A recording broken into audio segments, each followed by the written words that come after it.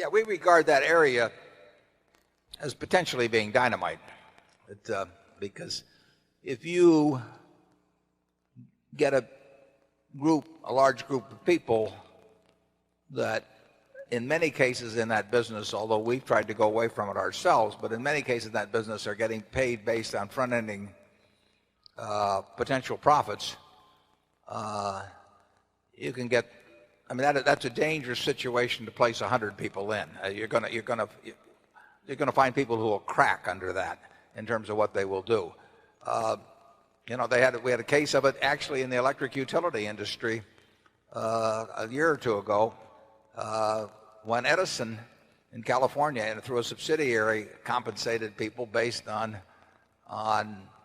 projecting the profitability of business they were putting on the books that day. That's Wall Street practice, and it was brought to the utility industry, and it produced, I'd say, predictable results. So it's dangerous to pay people to make deals where you won't know the outcome for 15 or 20 years and give them a lot of money up front for doing it. And that's fairly standard practice in the business. I mean, it was standard practice at Solomon when I was there, and as I say, people occasionally crack under that. It isn't exactly analogous, but it's worth reading Roger Lowenstein's book entitled When Genius Failed, because it touches on some of the problems we've described. Charlie and I are apprehensive about. Yeah, the derivatives business has the very significant problem that the accounting profession sold out. The accounting is improper. It front ends way too much income. It's irrationally optimistic because that's the way the denizens of the field want it, because it creates bigger compensation. This is intrinsically an irresponsible system, and it's another case where the accounting profession has failed the wider civilization. We found, Charlie was on the audit committee at Solomon, and we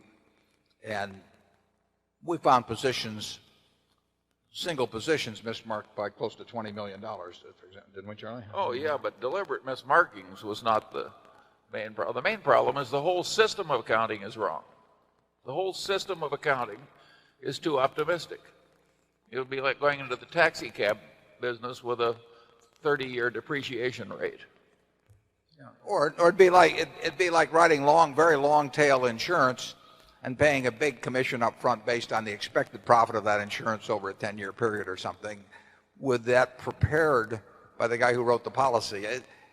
There's certain activities that are really just dangerous in the financial world, and when you get close to that kind of situation, you just have to be very careful. Now, Mark has been implementing a system that compensates, that accounts for this significantly differently than occurs at many institutions. So, you know, you can try to attack it, but it's also hard to get it too far away from industry norms and still do business. I mean, our accounting is way more conservative than the standard derivative accounting of the country. Thank God.